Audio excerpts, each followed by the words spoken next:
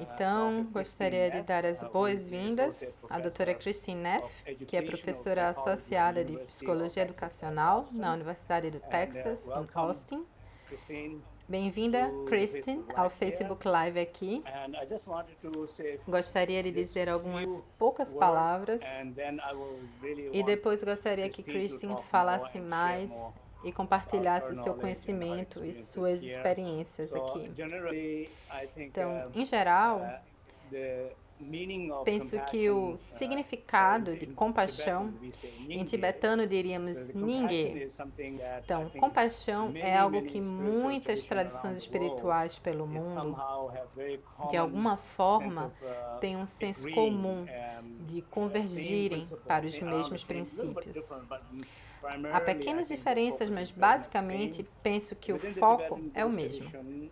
Na tradição tibetana Bon, penso que em todos os sistemas, a compaixão é um tema de comum acordo.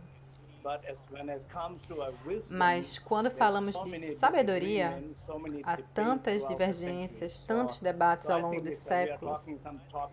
Então, acho que estamos falando de um assunto bom, que a maioria das pessoas está de acordo, mas claro que na tradição budista sempre há a compaixão com os outros, mas não há tanta ênfase na autocompaixão.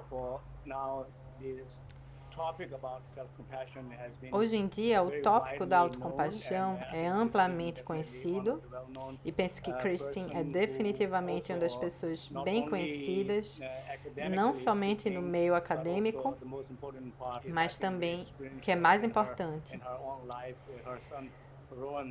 as suas experiências de vida bem significativas, trazidas do seu próprio jeito, de uma forma bem viva.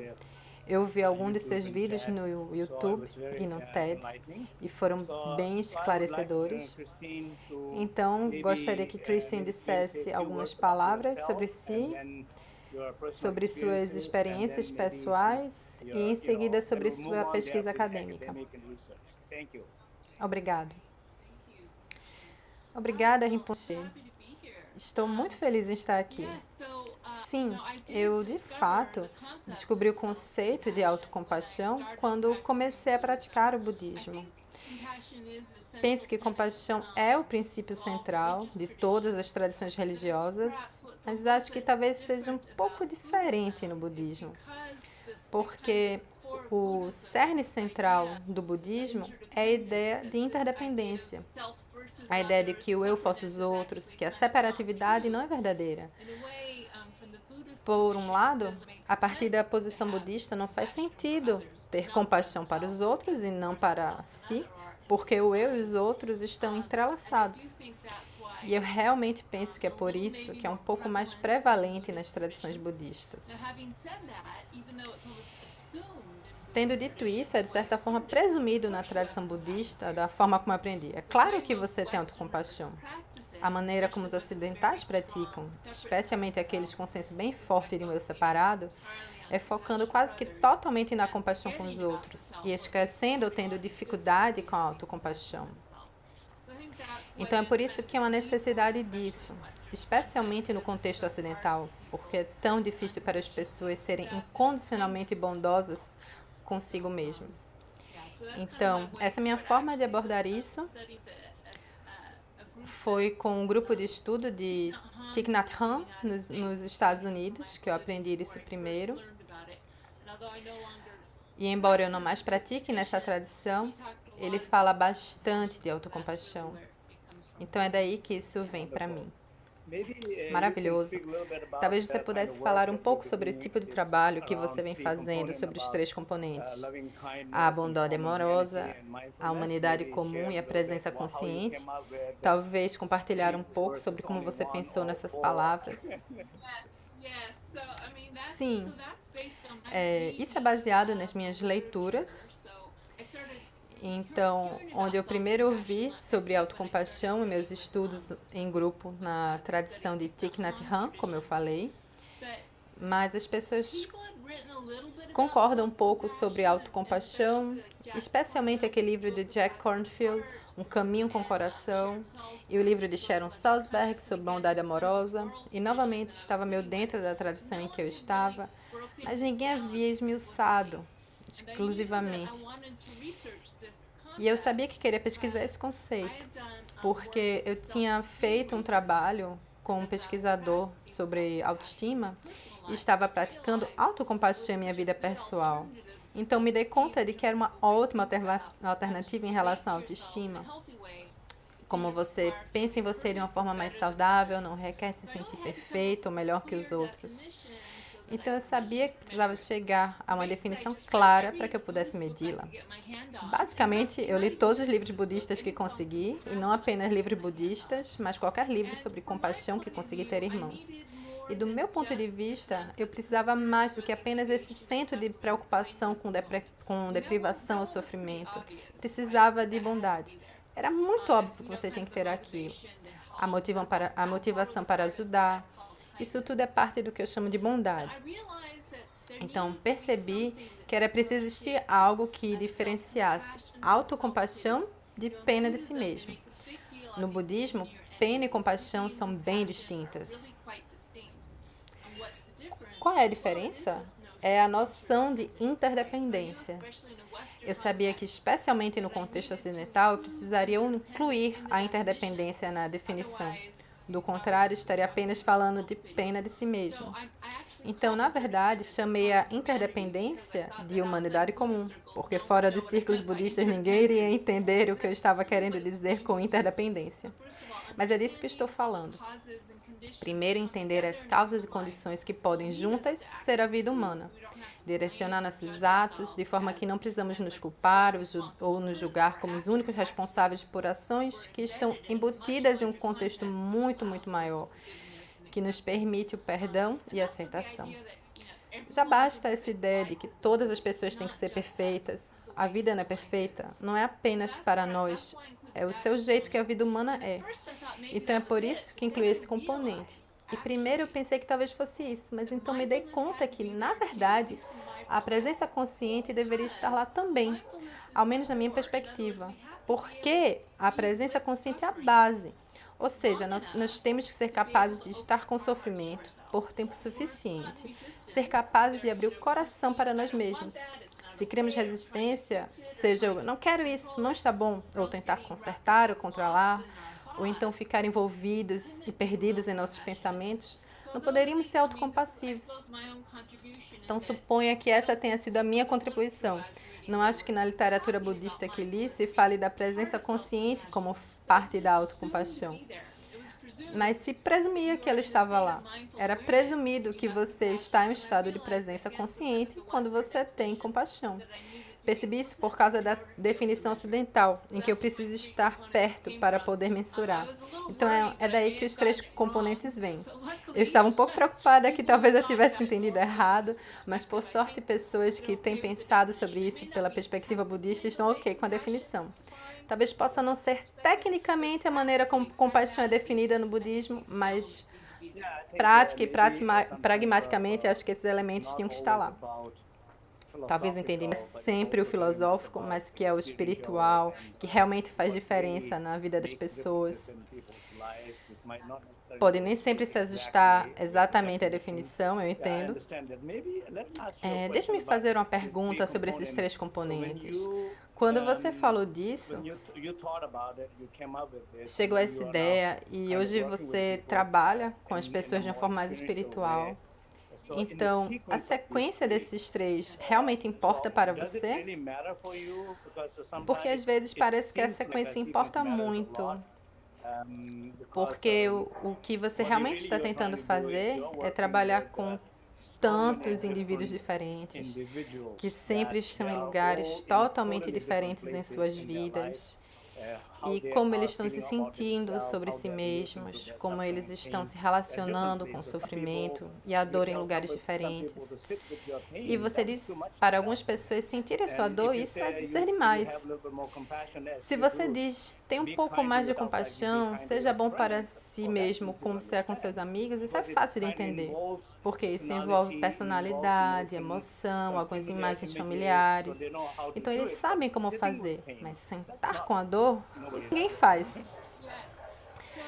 Sim, eu acho que em qualquer momento de autocompaixão, você precisa começar pela presença consciente, no sentido de que se você não se vestir com esse sofrimento, seja reprimindo ou tentando apenas pensar positivo, você realmente não pode ter autocompaixão. Então, no momento, eu diria que a presença consciente tem que ser o primeiro passo.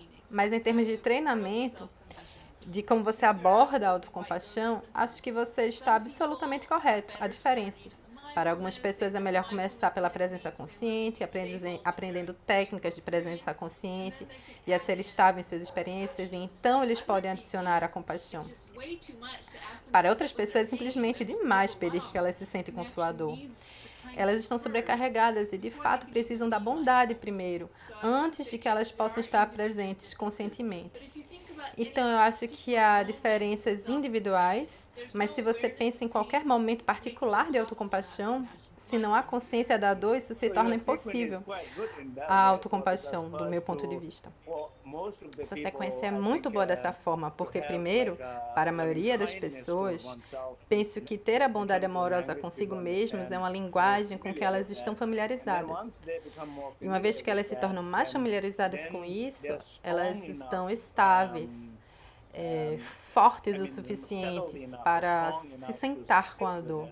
Mas no começo, eu acho que definitivamente, se você tentar se sentar, e às vezes eu realmente sinto que com as práticas de presença consciente, quando a pessoa não está pronta, é uma tortura.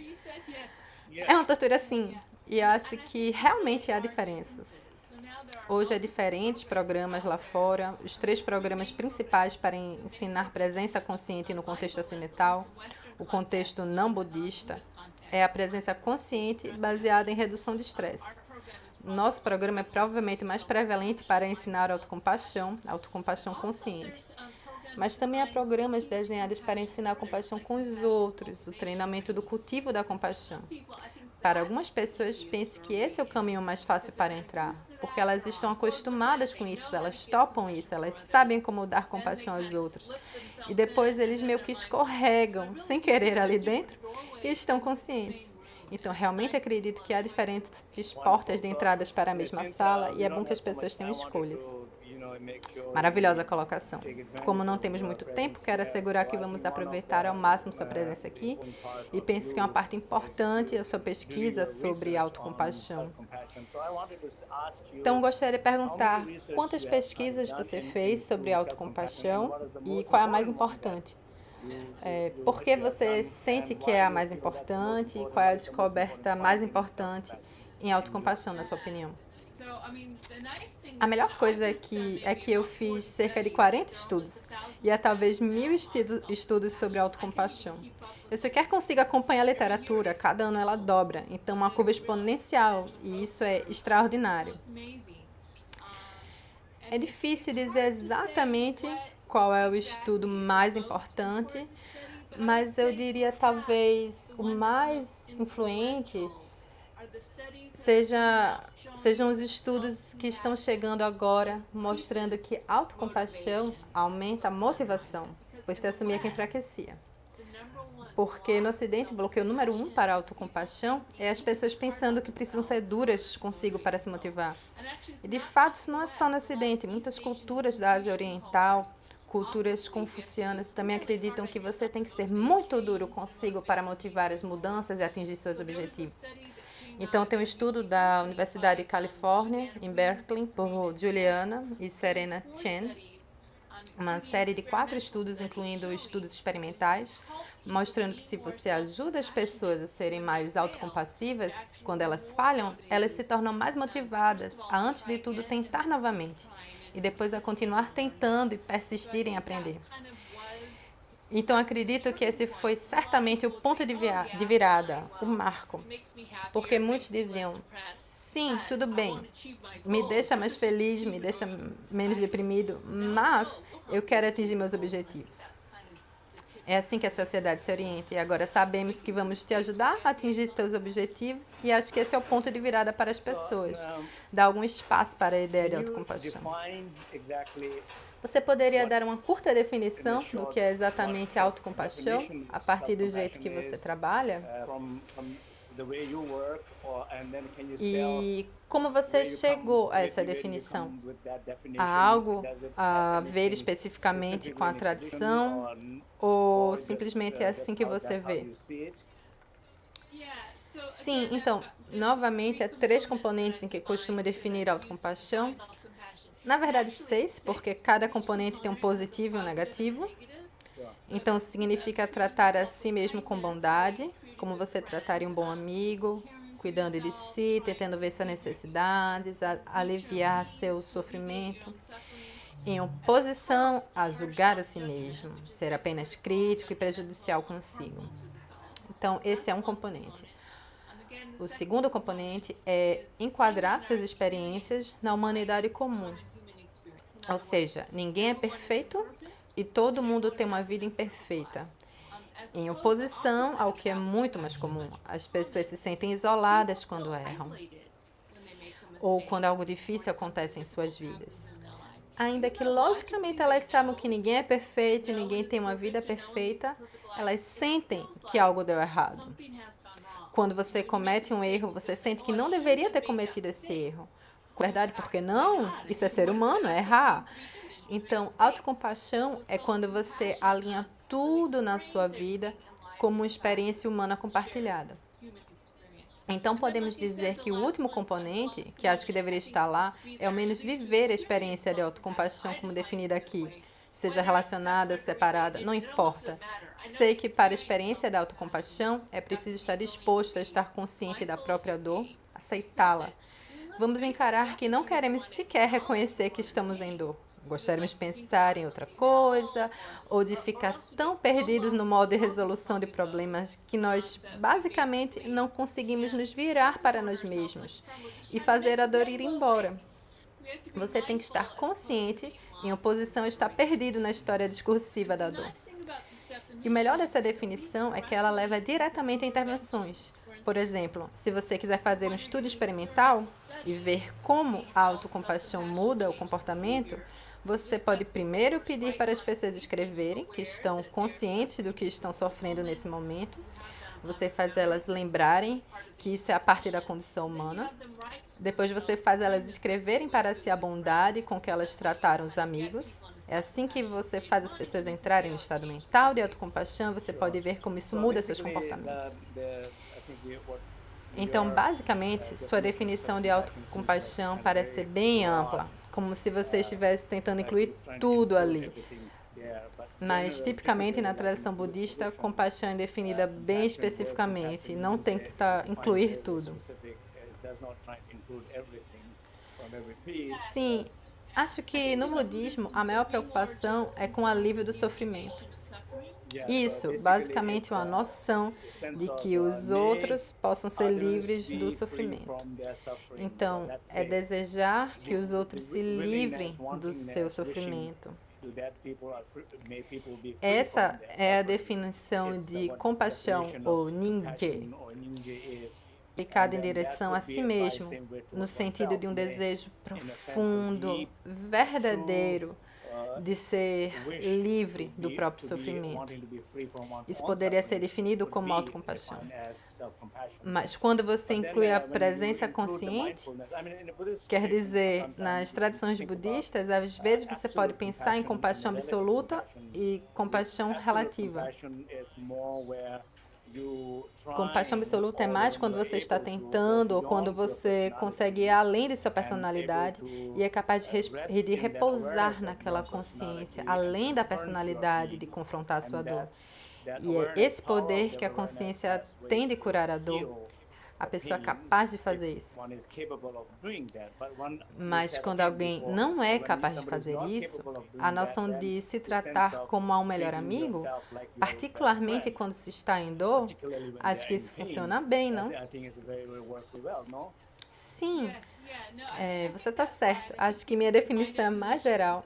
Embora eu acho que seja verdade que no budismo há uma grande diferença entre pena e compaixão. Então, eu quis ser capaz de incluir essa diferença na definição, embora tecnicamente eu não tinha que fazer isso. Mas penso que a partir da perspectiva budista, pena seria quando não há o senso de interconexão e humanidade comum. É mais como um entendimento em que a compaixão está embutida e não com um sentimento de compaixão por si mesma. A minha é uma definição mais pragmática. Então, tendo dito isso, podemos falar sobre cura.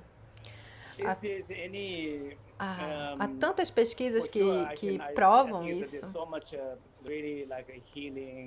Quero dizer, as tradições antigas, para quem isso sempre foi provado, mesmo não considerando essas novas pesquisas, sempre se soube para os praticantes, os yogis, mas agora com as pesquisas isso está chegando às pessoas comuns, que não têm aquele nível de conhecimento, confiança ou familiaridade.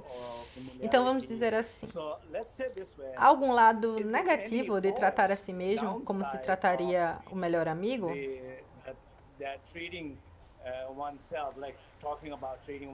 Há vezes em que as pessoas realmente se tratam bem demais como resultado e começam a tratar os outros não tão bem, por exemplo. Algo como a personalidade, os padrões de si mesmo, ou de ego, de um ego esperto sendo bom demais consigo mesmo. Você poderia comentar sobre o lado negativo disso? Bem, então essa é a razão de eu ter adicionado os outros dois componentes. Porque se fosse só autobondade e não incluísse a humanidade comum, em outras palavras, não incluísse interconectividade, e também não incluísse a presença consciente, que é ver claramente o que está acontecendo, eles poderiam desenvolver algo como narcisismo, ou pena de si mesmo, ou mesmo comodismo. Mas desde que todos os três componentes estejam presentes simultaneamente, protege isso de alguma forma de se transformar em outra coisa. Você não pode ter pena de si mesmo se tem uma humanidade comum, não pode ter narcisismo se tem uma humanidade comum, porque não é que eu seja melhor que alguém. Na verdade, eu sou um ser humano com falhas e todos os seres humanos têm falhas. É assim que é. Então, isso ajuda a prevenir que se transforme em comodismo ou coitadismo. Então, é por isso que, do meu ponto de vista, quando você mede autocompaixão, é importante incluir os outros dois componentes de humanidade comum e presença consciente para que você saiba que está medindo autocompaixão verdadeira e não algo que parece, mas não é. Então, em relação a trabalhar com indivíduos, pode ser desafiador ver quem está onde e como eles realmente estão. Um pouco desafiador, imagino, para cada pessoa ter que se observar mais, como se está indo em cada área, se está sendo bom demais consigo mesmo. Isso realmente acontece no contexto ocidental. Então, minha pesquisa mostra que pelo menos 80% das pessoas são significativamente mais bondosas com os outros que consigo mesmas. Talvez 12% são igualmente bondosos consigo e com os outros, e somente cerca de 7%, na verdade, eu ainda não os olhei ainda, são dados novos, mas muito poucas pessoas são de fato mais bondosas consigo do que os outros. Parece que vai contra a nossa natureza, e eu penso que há uma razão para isso, na verdade. Eu acho que é porque é mais fácil ajudar os outros, porque quando os outros sofrem ou estão com problemas, nós não estamos ameaçados. E quando não nos sentimos ameaçados, somos capazes de dar o nosso melhor, de ser o nosso melhor, de ser fonte de cuidado e apoio. Mas quando nós falhamos, ou quando cometemos um erro ou algo difícil acontece, basicamente nós nos sentimos ameaçados. E quando nos sentimos ameaçados, entramos no modo de lutar ou fugir, ou congelar. E esse modo leva à ausência de autocompaixão. Estamos tentando controlar coisas. Quando nós nos criticamos, achamos que vamos conseguir ser perfeitos e nós simplesmente caímos nessa falácia de pensar que podemos nos controlar e controlar nossas vidas quando estamos no modo de lutar ou fugir. Então é por isso que eu acho que a grande maioria acha mais fácil ser compassivo com os outros do que consigo mesmos, porque eles se sentem ameaçados quando falham e não quando os outros falham. Acho que é algo biológico mesmo. Maravilhoso, muito obrigada. Eu acho que nossa produtora e anfitriã pode compartilhar alguns links com seu trabalho e informações. Acho que ela está provavelmente fazendo isso agora. E você e você poderia guiar uma meditação agora, talvez de 5 minutos? Sim, com prazer. Vou ensinar algo chamado a pausa da autocompaixão, que na verdade usa os 3 componentes da autocompaixão para gerar o estado da mente autocompassiva. Então, vamos todos fechar os olhos. E para experienciar a autocompaixão, para que isso seja real e não hipotético, temos que, na verdade, chamar um pouco de sofrimento nas nossas vidas. Eu convidaria todo mundo a pensar em alguma situação na sua vida agora que esteja causando alguma dificuldade emocional. Isso pode ser um problema de saúde, algo acontecendo no trabalho, um problema de relacionamento. Por favor, escolha algo que esteja incomodando, mas que não seja esmagadoramente difícil. Queremos aprender essa habilidade sem nos sobrecarregar agora. Então, talvez alguma situação, 3 ou 4 numa escala de 1 a 10. Algo que seja um problema. Tome alguns momentos para pensar no que você quer trabalhar. Chame esse problema para a mente. O que está acontecendo? Quem são as pessoas envolvidas? O que aconteceu? O que pode acontecer? O que você tem receio que possa acontecer? Torne a situação real e presente para você.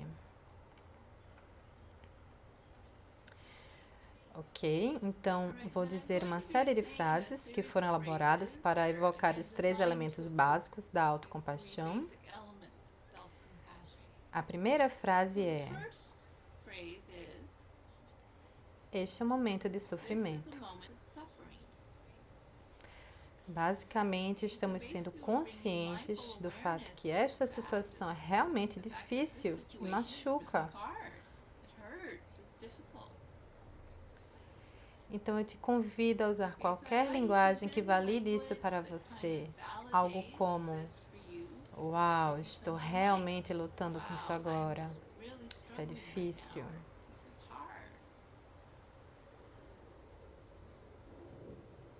Ok, a segunda frase é elaborada para nos lembrar da humanidade comum.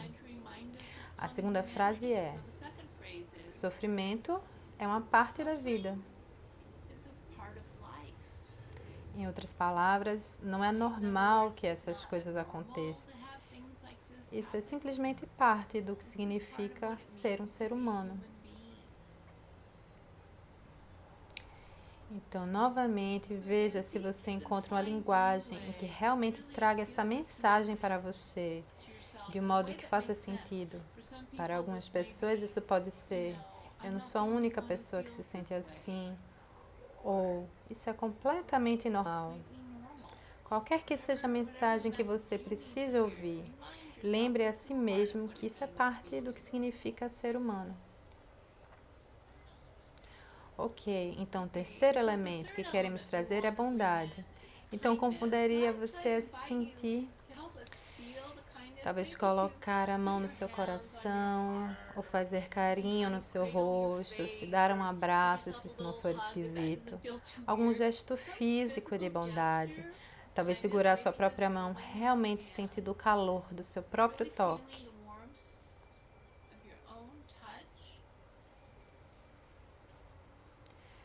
A terceira frase é simplesmente: que eu seja bondosa comigo mesmo neste momento.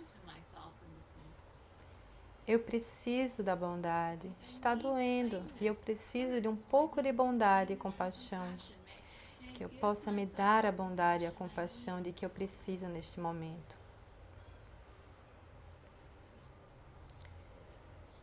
Frequentemente, há uma dificuldade em saber o que dizer para expressar a bondade. Então, uma forma fácil de dizer isso é pensar que você sabe o que dizer a um amigo amado que está lutando com exatamente a mesma situação que você. Pense em palavras de apoio e carinho que você usaria e também no tom de voz caloroso que você usaria com seus amigos.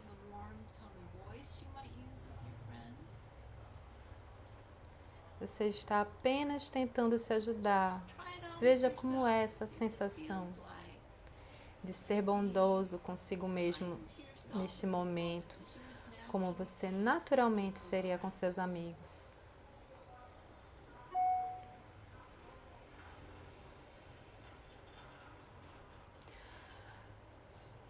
Ok, então, soltando as frases, você pode abaixar suas mãos agora. Então, apenas diria que as pessoas terão uma variedade de experiências e algumas pessoas vão realmente sentir autocompaixão. Às vezes, quando nos damos amor, imediatamente pensamos em todas as condições em que não somos amados, então sua reação pode ser o oposto. Se alguém dos ouvintes estiver tendo essa reação, saibam que é parte do processo.